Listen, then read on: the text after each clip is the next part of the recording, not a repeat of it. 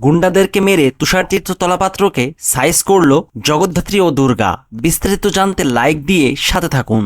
জগদ্ধাত্রী ধারাবাহিকে ইতিমধ্যেই আমরা দেখতে পেরেছি যে অনেক চড়াই উতরাই পেরিয়ে জগদ্ধাত্রী সুস্থ হয়েছে।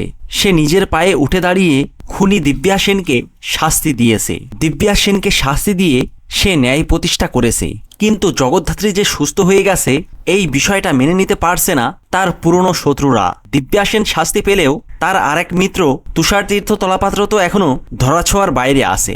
আর তাই দিব্যা সেন জেলে যাওয়ার পরে তুষারতীর্থ তলাপাত্র মাঠে নেমে পড়েছে। তার পুরনো ক্ষত এখনো শুকায়নি। মানে 20 বছর আগে জগদ্ধাত্রীর জন্য যে তার ছেলে টিটুর শাস্তি হয়েছিল এইটা সে খুব ভালোভাবেই মনে রেখেছে।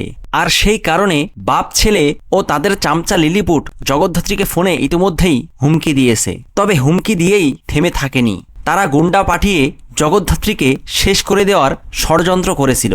তবে জগদ্ধাত্রী তো এখন আর একা নয়, তার সাথে স্বয়ম্ভু ও দুর্গা আছে। আর তাই তুষারতীর্থ তলাপাত্রের গুন্ডারা জগদ্ধাত্রীকে মারতে এসে উল্টো নিজেরাই আড়ং ধোলাই খেয়েছে। আর তাদের কাছে ধোলাই খেয়ে তুষারতীর্থের ভাড়াটে গুন্ডারা লেজ গুটিয়ে পালিয়ে যায়। তবে সেখানে তো প্রেস মিডিয়ার লোকজনও ছিল। আর এই ঘটনাটা তারা পুরোটাই সম্প্রচার করে, যার কারণে তুষারতীর্থ তলাপাত্র পড়ে যায় মহাবিপদে। এদিকে দুর্গা ও জগদ্ধাত্রীও সিদ্ধান্ত নেয় তারা এবার তুষারতীর্থ তলাপাত্রকেও রেহাই দেবে না। হ্যাঁ বন্ধুরা, দুর্গা ও জগদ্ধাত্রী হাতে হাত রেখে তাদের পুরনো শত্রু তুষারতীর্থ তলাপাত্রকেও দমন করবে।